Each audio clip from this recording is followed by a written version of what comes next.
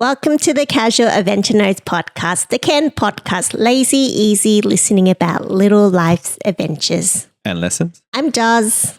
And I'm Devy. We made it to episode 20. We now have a 2 at the front. A what? A 2. Oh, 2 at the front. I thought that was like one word and it was some random Gen Z word that you just referred to. But anyway, yep. All right, let's start things off with our palate cleanser today. We got a new one, 101. 101 things I learned in culinary school. Yay! I feel like these people should like pay us because we've got like almost 4. How many is in the series? There's more? A lot more. I don't think they need to pay us. I think 3 doesn't even dent the series. All right. Do you want to, I'm assuming it's the same thing, pick a number? Let's go with the most basic and go with number 1. 1. What's easy for me? You're going to have to do this one-handed. Yeah, we actually brought these things because we're lazy readers. Well, I like reading fiction, but we're lazy readers in general. So it's just like good fun facts. And then we thought it would be useful for fun facts to read to you all. All right. So this one is called There Are Only 2 Ways to Cook.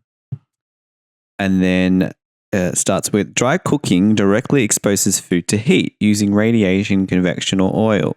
Methods include sauteing, pan-fried, deep frying, grilling, broiling, roasting, and baking. It produces browning or searing of the food surface. Moist cooking transfers heat to food via immersion in water or water-based liquid such as milk, wine, or vegetable stock. Methods include boiling, simmering, poaching, and steaming.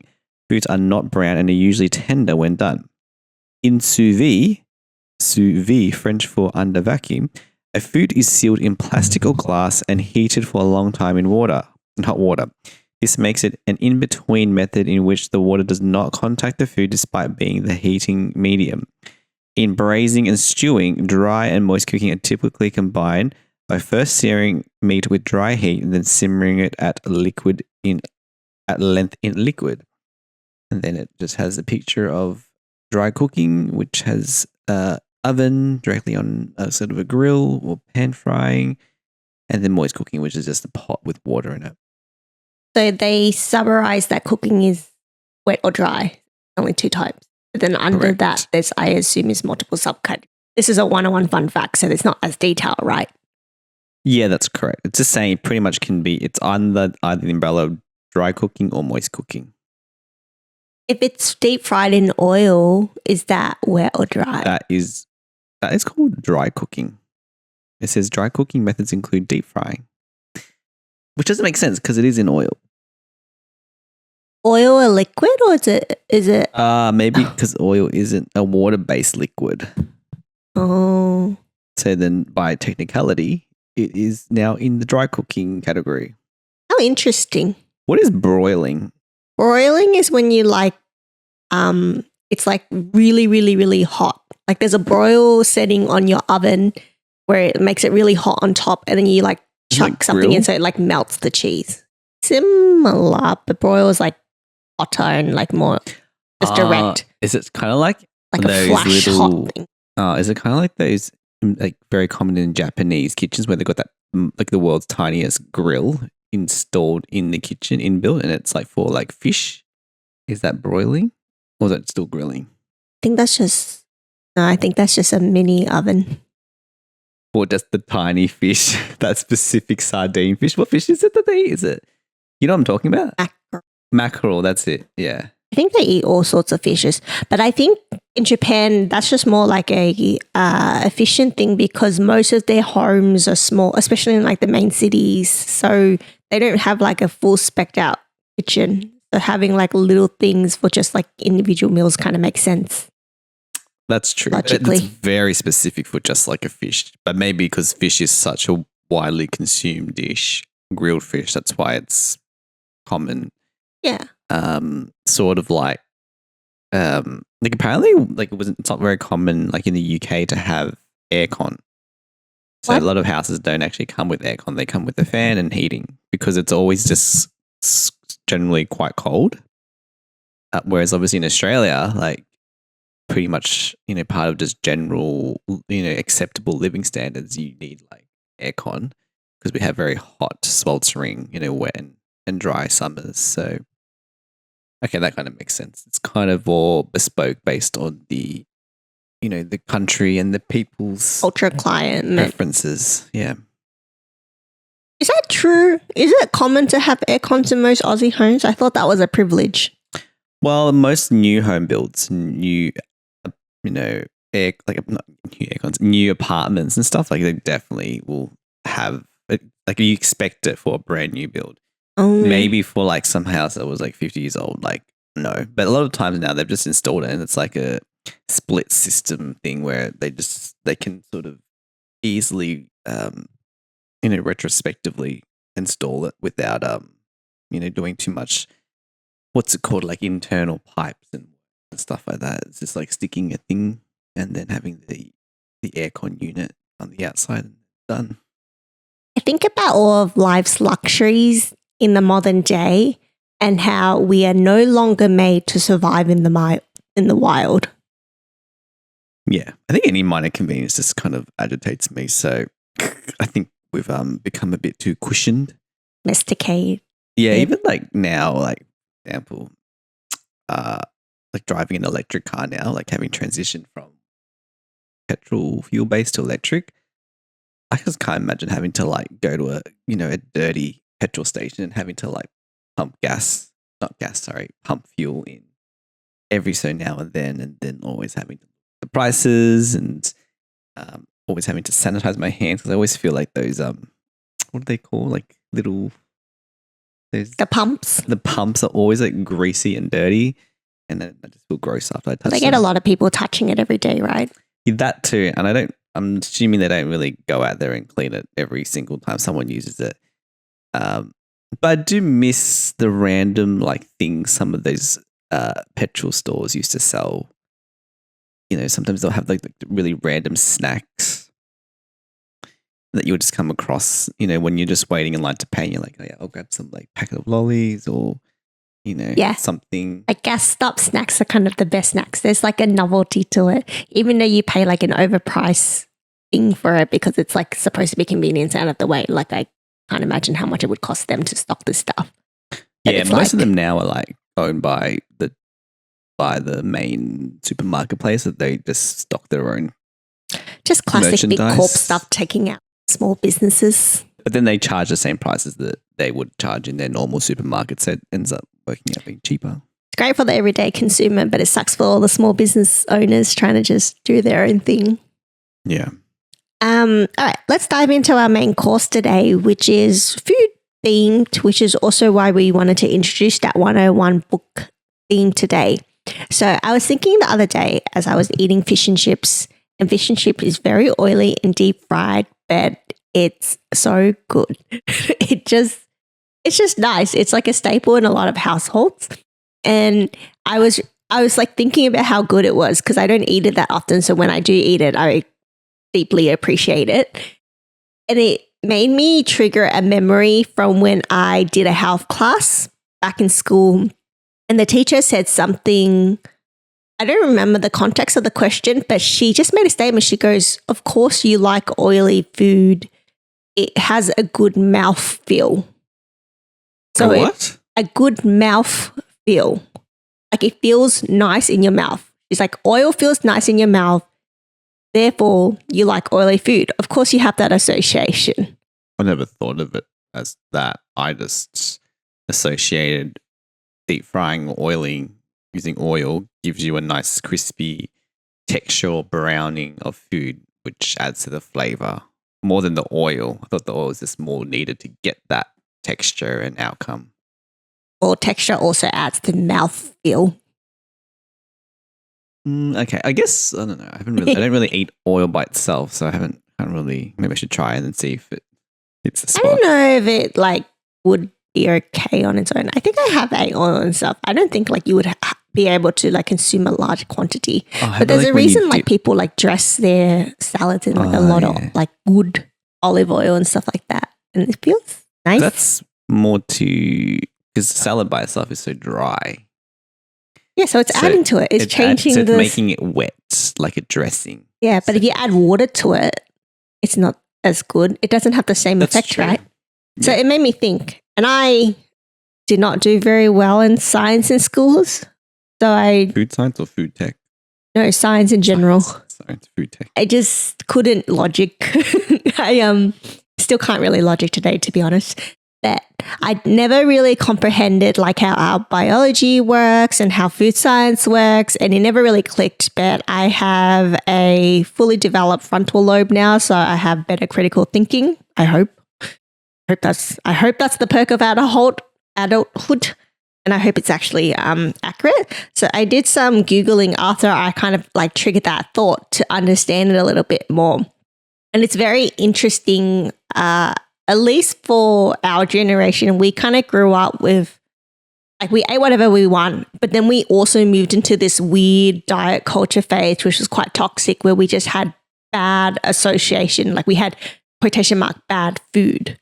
And then we associated every food as like salty food is bad, oily food is bad, food with a lot of fat is bad for you, right? And then everyone used to always say, oh, but it's so annoying because all the good food, like all the food that tastes good is bad for you. Isn't that true though? Everything's in moderation. I guess anything too much is bad for you. But surely like there's some that are worse than the other. I'd assume oil and salt are generally bad. I think too much of anything can hurt you, like anything. I think. But too much of, let's say, of oil. Just say you drank like a liter of oil versus a liter of water. You'd probably be more sick with the oil versus the water. Yeah, so moderation. And some moderation means you can only consume less of certain amount that would be better for your body. That's why the food pyramid's a pyramid. Oh, yeah, that's true. Because your body needs different levels of certain nutrients. But I think like people forget, like it's bad to label food as bad, one, because it's just like toxic for, eating behaviors or whatever. But also because it takes away like the enjoyment and the pleasure people can get out of food. And that's part of the reason why people consume food. I mean, if you don't care about that stuff, then you would be okay just eating something very basic, the same meal every day, which some people do, and like each to their own. But I think foodies who kind of like food, like I think it's bad to take away the full experience of that joy by like associating to something bad.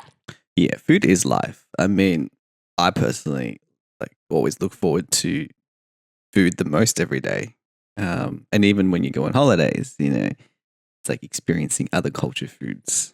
Which, I think in most cases would involve cooking things in a lot of butter. I love butter. Butter's great. Well, butter's a fat, which is kind of leads into the science behind it. Again, I didn't become an overnight science expert, so everything's so high level. But it helped me comprehend a little bit more because fat, salt, oil is all essentially things that add flavor, which is what makes food good. It adds flavor and it adds sensation. And it's just those combinations, playing with your senses is always going to have a positive reaction. And there's essentially like these specific things. So fat in general is something that enhances flavor. So I guess like a good example of this is if you eat a chicken breast, which is quite lean, versus a chicken thigh, which has a bit more fat, a chicken thigh, if you cook it like the same way, would have a stronger flavor of chicken. Yes, that's right. Yeah. That's why a lot of people, yeah, that's right. So that's why fat is good, because it adds flavor. It's like chips are just way better when it's cooked in duck fat versus just normal deep frying, because it's just this added richness and crispiness to it. That's just more yummy. And then normally combined with a fat, and oil is considered a fat or butter is considered a fat. Let me start again. Okay, no. So I already talked about the fat, right? So oil is considered fat, butter is considered fat. And then combined with salt. Salt triggers the taste receptors in our body. So that's the biology part of it.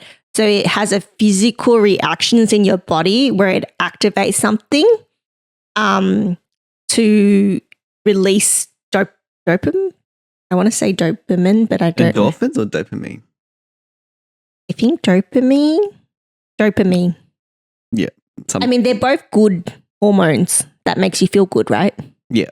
Oh, that makes sense with salt. Yeah. So then you have a positive association to it because it just releases those like positive, good hormones that make you feel good. So of course, so those like two combined things. That's why we love those types of food. That's why we like hot chips and I don't know, name something else that's fatty and just salty. Chips in general. Chips in general. Because like it's now so common like for fast food to allow options for extra salt, which I always opt for because I just love particularly chicken salt. Like chicken salt is just delicious. Nando's peri peri salt. That's another one on the top of my list. But yeah, I didn't realize it was associated with making you feel good. Tasted good, but didn't realize it was actually creating an emotional impact. No, physical impact, and then leads to the emotional impact.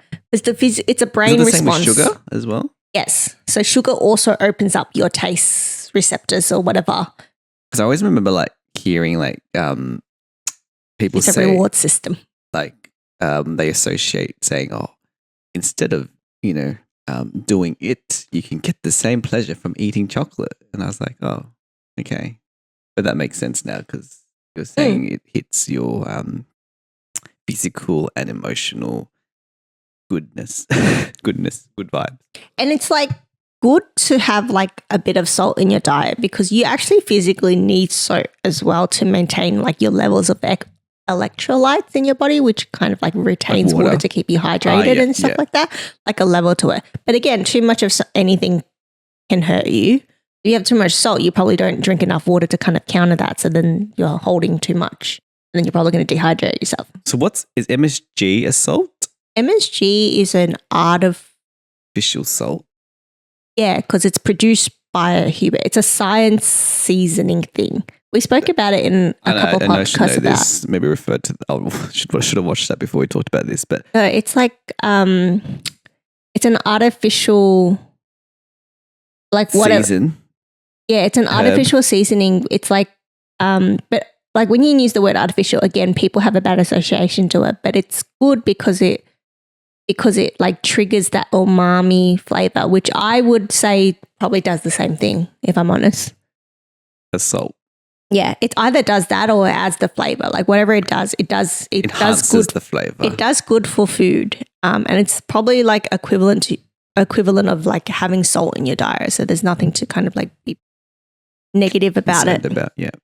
It still triggers me whenever I see a box that says like MSG not added and stuff like that, as if that's a selling point, because it means that to this day people still have a very strong negative association to it. I guess you could argue like if you have something healthy and you go no salt added or whatever like that, I guess you could argue it's like the same thing.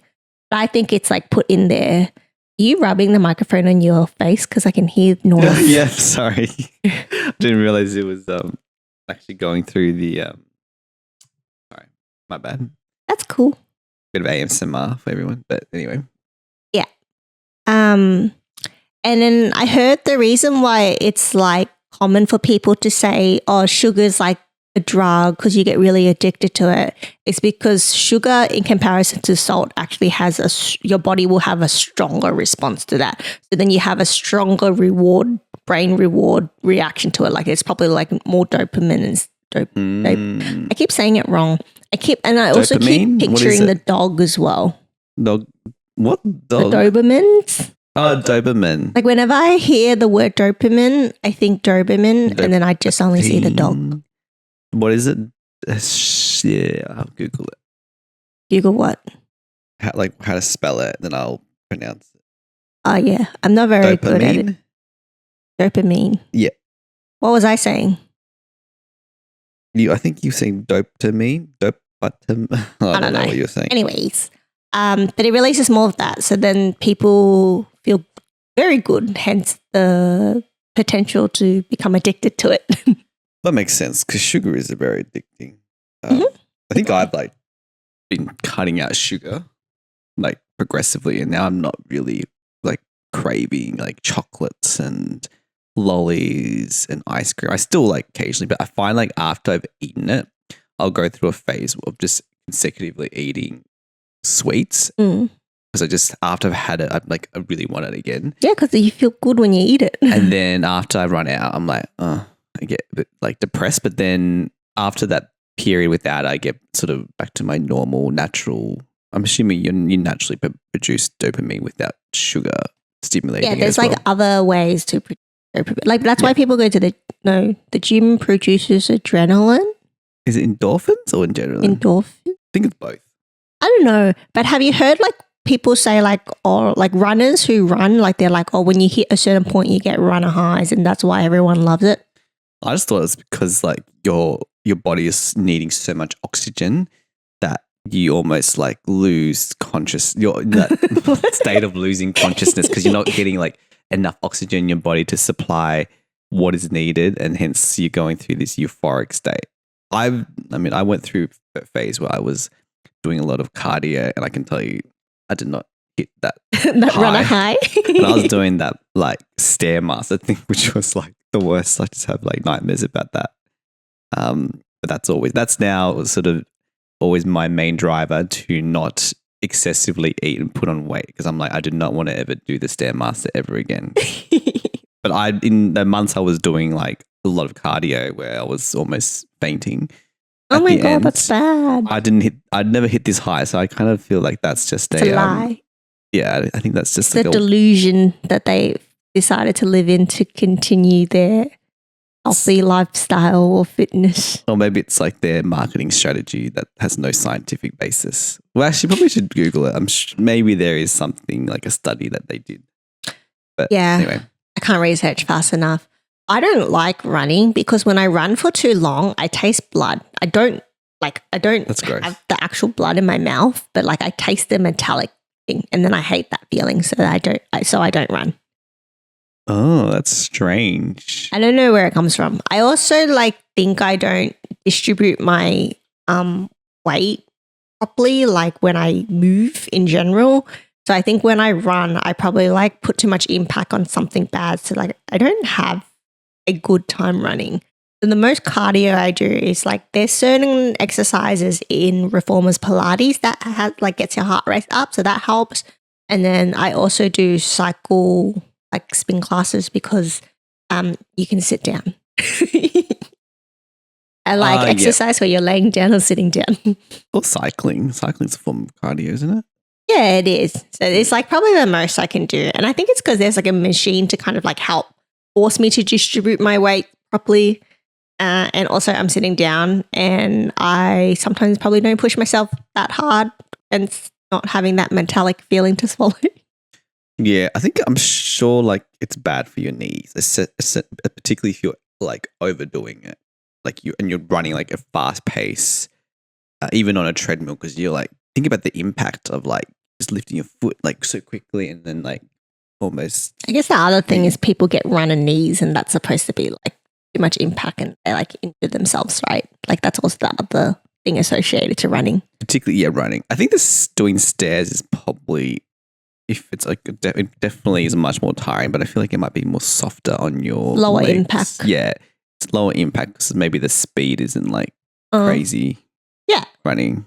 Yeah, I don't mind doing incline walks. That's all right. Yeah, I don't like exercise in general. I mean, I've done it out of necessity, and like, there's definitely moments where I feel strong and feel good, but overall, I still don't like exercise. I'm still convinced that everyone lies to you that it just makes you feel great. I mean, it makes you feel great indirectly, but I think the actual activity is not fun. Yeah, after exercising for long, I don't think I've reached a point where I'm just indifferent about it. I know the benefits, but if I could get those same benefits of working out in a pill form, I would opt for that. Same. And that was 100% proven. Then I'll be like, yeah, done. Give me this pill. I'll take it. Screw the gym. Yeah. Like, actually, though, it's so unfortunate. But yeah, you're right. The only way to like get into it, I guess there's two things. Like, find the one that you hate the least, and then that will make it better. and like an activity. Like you don't have to run to do cardio. Like you can find a different type of exercise. You can do boxing. Like that might actually be fun. And I think the other one is routine. Like I think like if you just force yourself to go continuously, you make it a habit and then it's fine. Yeah, that's right. It's just but it's easy to break good habits, like especially when you go on like a long holiday. Like, although some people I know actually go on holidays and still like work out at the hotel gym, whereas I'm like, nah, it's a break. Yeah, and I just assume you're going to do a lot of walking. But yeah, after that, after like a 3-4 week break, it's actually very hard to get back into life generally. Not even just to exercising gym, but just like going back to work. It's a bit of a pain. I do admire people who can continue their like exercise routines and stuff when they travel, on holidays or on a break. It's really impressive. I mean, it just shows, it demonstrates good discipline. Yeah, for sure. Yeah, if only, like I speak all this, but I really wish I was one of those people who enjoyed exercise, could preach all the good things and like, couldn't have that level of discipline. But I'm not built for that. I'm not either. We're in the same boat. I'm built to rot on the weekend and to consume good media. Yeah, that's why I'm really like enjoying that there's a whole wave of food that is 0 calories, but still tastes nice. Like think about 10, 20 years ago. Like I don't think there was anything that probably tasted nice and had, very low calories. So, for example, like soft drink, like 0 calories, 0 sugar soft drinks, like I find them as tasty as the full sugar one. Like I can't even tell the difference. Some people can. Some people can, but I can't. And which is good for you. Loving it because I like get to drink soft drink every day. And everyone always goes to me and says, "Oh, those like 0 sugar ones are really bad for you, and it's better you drink the normal one." And I'm like, no, it's not. I don't know if it is. Well, there's some, I don't know whether it's been proven yet, but like I think you have to be, again, drinking an excessive amount of it. Like if you're drinking a can a day, I don't think it's going to really show up on anything too serious. But, saying that, drinking a lot of sugar soda, it's probably worse for you from a heart disease, particularly if you're already, obese or something like that. It's probably better to have a 0 calorie drink. So anyway, I always find that's like this thing that everyone always tells me when I tell them like I like drinking 0 sugar Coke, Sprite, Fanta. Yeah. What's your favorite soft drink? Well, Coke's like my Coca-Cola 0 sugar is kind of like my vanilla ice cream. Like it's my foundation, my go-to. Like it's always going to be a classic and a favorite. But I really enjoy and love like Fanta and Sunkiss. Like that's my equivalent of like bubblegum rainbow ice cream because that's like another flavor I like, which I will have occasionally.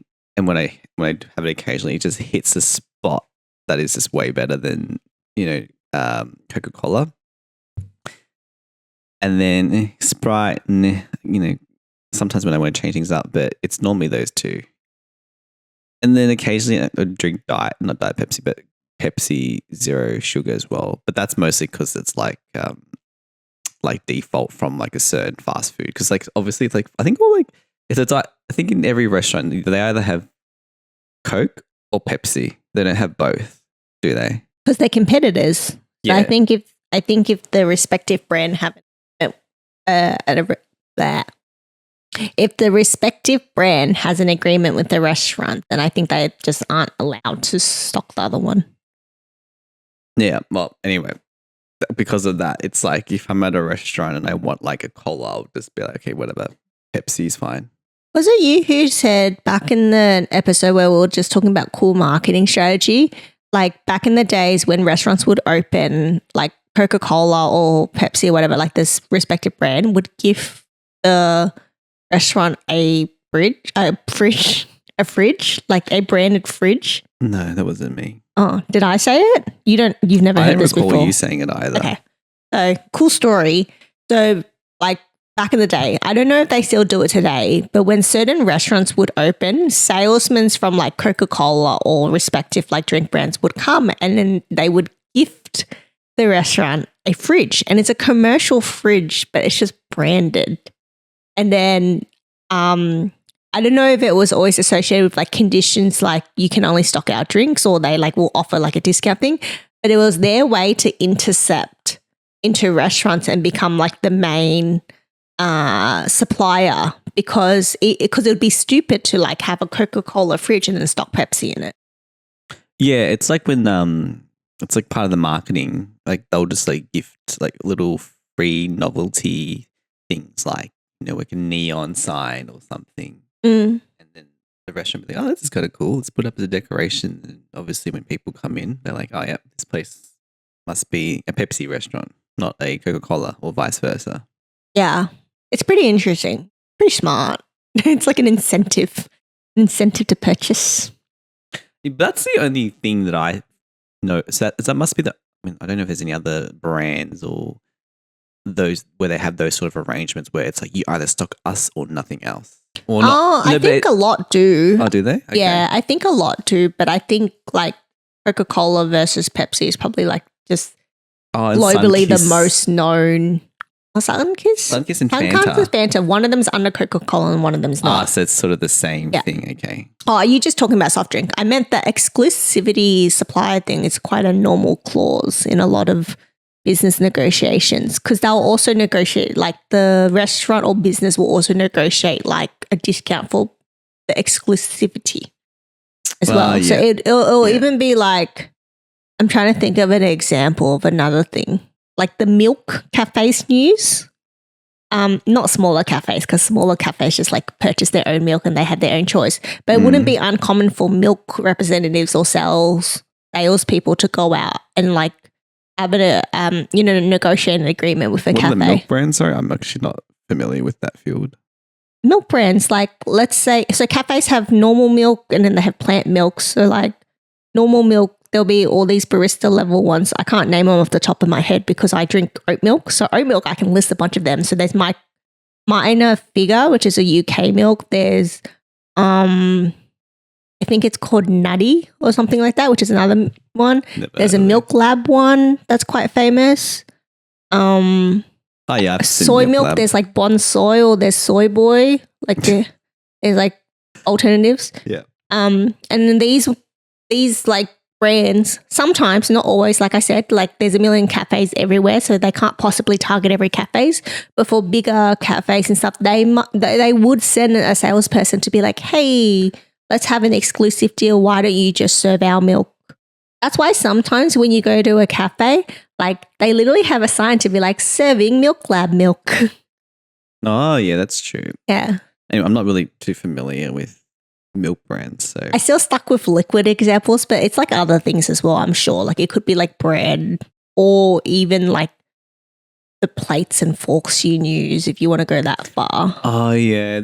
Oh, there's like a famous knife that all the fancy restaurants use for steak knives. What's that? It's like a year. That's the name, yeah, like 87 or something. I don't know, it has a number on it. Yeah, because I remember I saw that too, and then when we went to another different restaurant, I saw the same thing. So must be like the what's it called? The like, well, I mean, again, we're not very familiar with who else makes knives. But that's not the point. The point is like if they do have it's two things.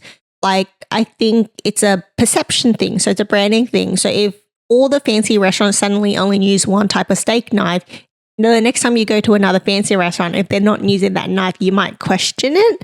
If there's a reputation thing, but also if that brand happens to produce consumer products, like everyday person products to buy, you suddenly have a positive association with that brand. So then you're more likely to go out and be like, oh, I want to buy a set of steak knives, and you're going to think to buy that brand. Oh, yeah, that's right. Because it's like the whole thing around like, it's even like with like Wagyu meats now, you know, when you go into a restaurant, you think of a nice quality piece of meat has to have the Wagyu reference in the title. Otherwise, it's not, you know, but you can still get very nice quality meat that isn't, you know, produced in Japan. in Australia. Actually, although Australia is pretty known. What's the Wagyu can be produced in Australia because there's Australian Wagyu. I don't even know what makes Wagyu Wagyu. I thought Wagyu was the name that it was Japanese, made in Japan. So maybe Australian Wagyu is their equivalent, but it's just made in Australia, obviously.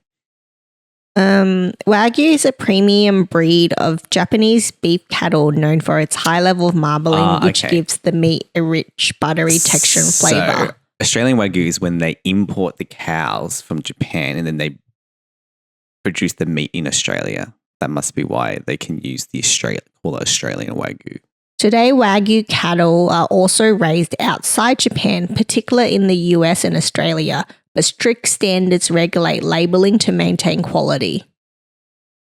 So, it's a breed? Is that what it is? It's just a breed. It's just must be a breed, but the thing is that you can just share it. You can export that. You don't have to just get the meat from Japan. You can just get the cows and then breed them, and then they make children which have the lineage of a Japanese origin. So that's why you can use the Australian Wagyu. But at the same time, like for an everyday person, how can you really tell? Like, just say a restaurant is just using the name or a butcher.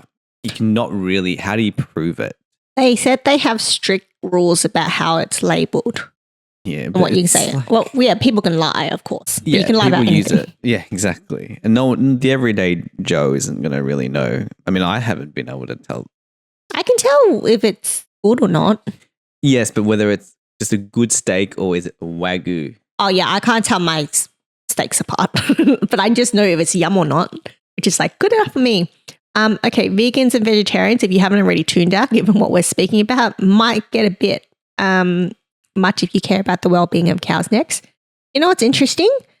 Cattle breeds are categorized primarily based on their purpose: dairy, beef, dole, purpose, and draft. I don't know what draft is. Like a beer, like draft beer. Well, let me just scroll down to a draft. Draft breeds. These breeds are used for work and pulling heavy loads. So it's the worker cows. The worker cows. The ones that aren't getting massaged by Japanese farmers. It's the ones that are doing the hard work. There are so many breeds of cows. This is crazy. So for dairy, there's probably more than this, but there's only 7 listed at the moment. Like that's already heaps. There's like Jersey, known for high butter fat content in milk. There's brown Swiss origin, produces milk with high protein. And then under beef breed, there's Angus, Scottish origin. Angus I've heard of. Known for marbling and tenderness. Wagyu, which we just spoke about. Angus was like quite popular. Like it was like 5 years ago. And McDonald's used to have those Angus They still burgers. have it. Are they still? In Australia, they do. Okay. I feel like, does McDonald's have something Wagyu as well? I actually feel like they do. There was a stage where McDonald's was trying to be fancy and they were doing like those customizable burgers. I don't know whether they still have certain restaurants that do it, but I think they might have had like a Wagyu option, or it might have been Angus more likely. But yeah, that was like, I think that whole thing fizzled out eventually because it was kind of really branching out of what McDonald's is, which is sort of fast food. But that was when like grilled was becoming super popular. And like grilled do like really great burgers. What's grilled for people who aren't in Australia? Because grilled is an Australian thing. Yeah, it's like essentially like a burger chain restaurant, but they do like really great quality like burgers that they have a nice thick patty, and you can choose. Well, I think when they started, it was mostly beef patties, but then they've extended to like, I believe, like lamb. They do have Wagyu burgers as well. I think they do chicken and fish as well. Maybe not fish, maybe definitely chicken. I don't think they do fish. But they use like very much like, it's like freshly made, and you get to select your type of bun. Is it like sesame seed or what's the other panini? One? Panini, and they have a low carb one. It's almost like if you wanted to do a home burger at home, and it's like the ratio you would most likely do if you had like unlimited money and unlimited like options for ingredients.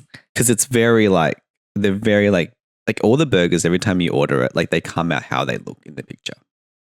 They cook to order. They cook, yeah, but they like make an effort to make it present the way that it shows in the picture. Whereas McDonald's, I mean, they just slap it in and kind of doesn't really resemble anything you see on TV at all. But grilled, it looks like what you're purchasing. And then there's obviously like the variety of like sauces you can use. So it's not just tomato, but they can do like a herb mayo. They can do a aioli or something. So it's very like fancy version where you pretty much any type of burger with any type of meat, veggie, they have.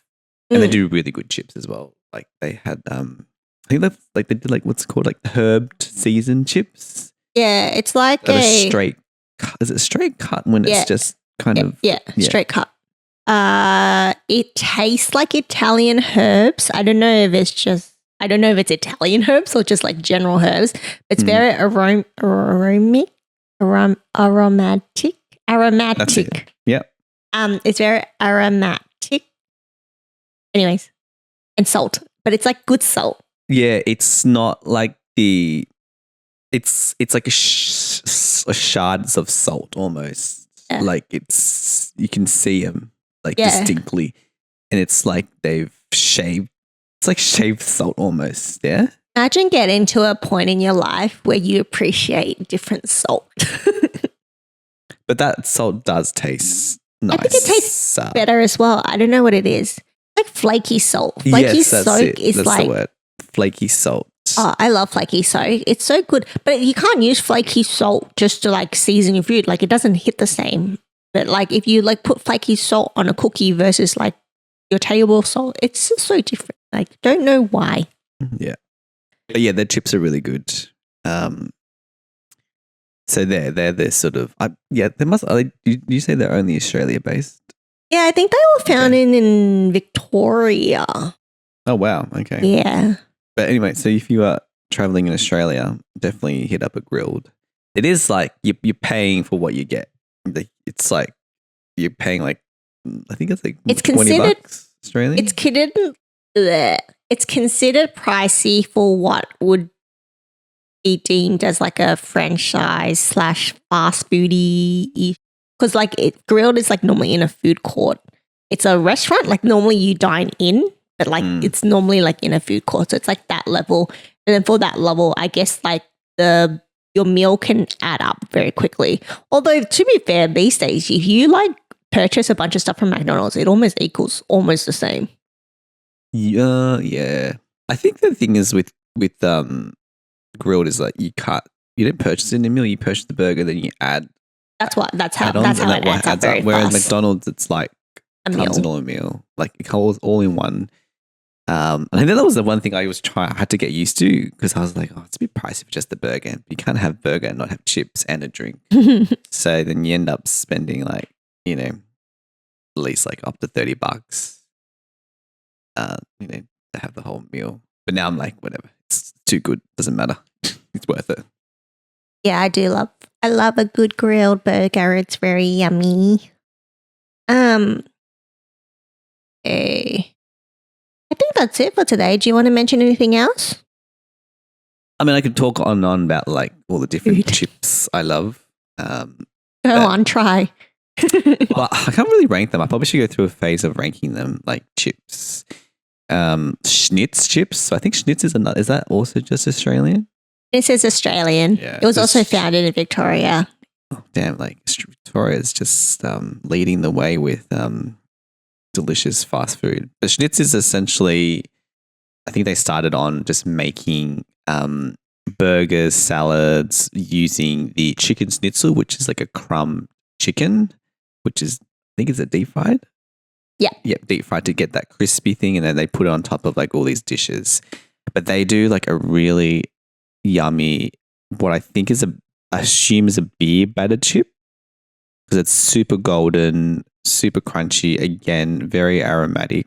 And then they just do like this amazing dipping sauce, which is the honey mustard I always get with that. And what's another chip place I really like? Yeah, it's mostly Schnitz on Nando's. Nando's, the chip quality, the chip by itself is like okay, but it's the peri peri seasoning that they put on it that like hits the spot. So again, another sort of favorite chip, and then dipping that in to like the residue of like when Nando's, you choose the chicken and the basting, and I always choose barbecue basting, and I like just love dipping the chip on top of the chicken with barbecue sauce and then eating it. So that chip quality is like meh, but the seasoning sort of gets it across the line to like, the levels of deliciousness and yumminess. We should make one of those videos where we get like different hot chips and then we like rate them. Fish and chips as well. Like it's a different kind of chip.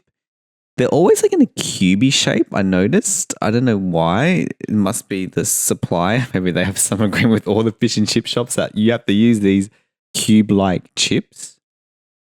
The camera ran out of memory, so we got cut off somewhere, but I don't know. But that's okay. That's probably a good time to wrap up anyways. Let's quickly end things with our dessert. So gratitude of the week, taking an intentional moment to appreciate the sweet moments of our lives.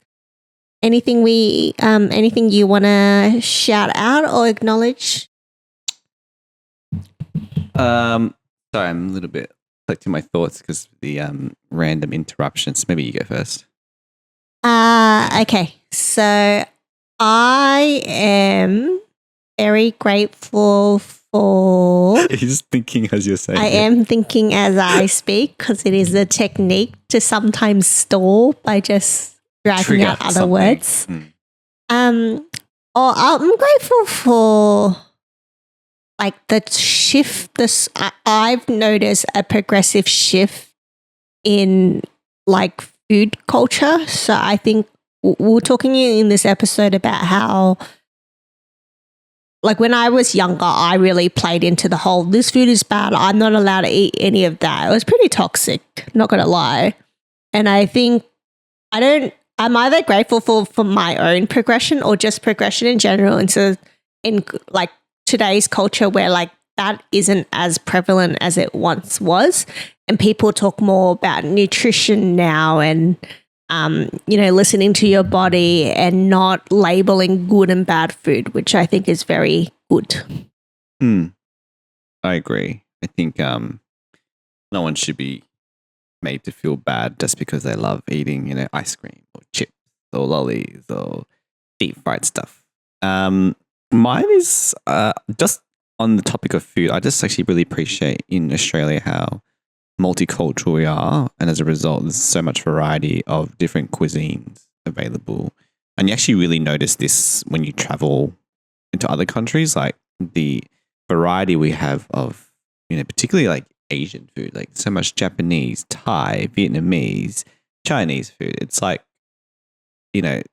whatever you feel like and you're craving, like there's definitely like an exceptional great restaurant, not some like not a poor restaurant that everyone goes to just because there's only one let's say one Vietnamese restaurant that's available in like the whole city.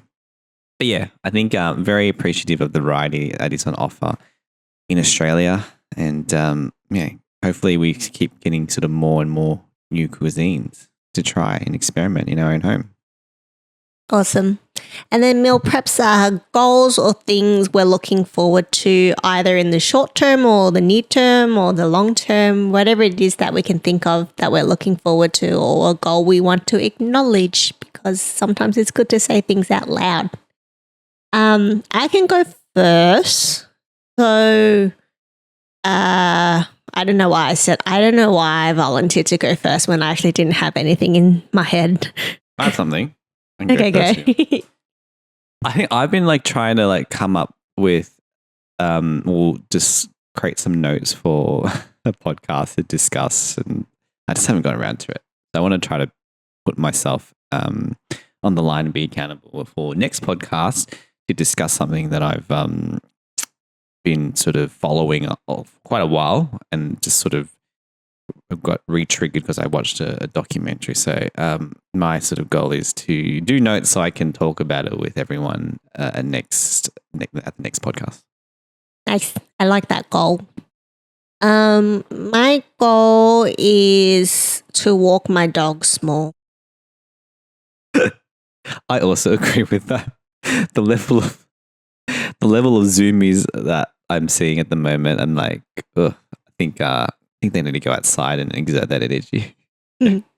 Although we do have one dog that's happy just to kind of sleep and walk around the house, but he's also like ancient at 11 years old. Yeah. Yeah, The other one, yeah, not so much. I know. All right. Thanks so much for tuning in. Sorry for the technical hiccups. We hope we'll still see you next time. We appreciate you. We thank you. Catch you Bye. later. Bye.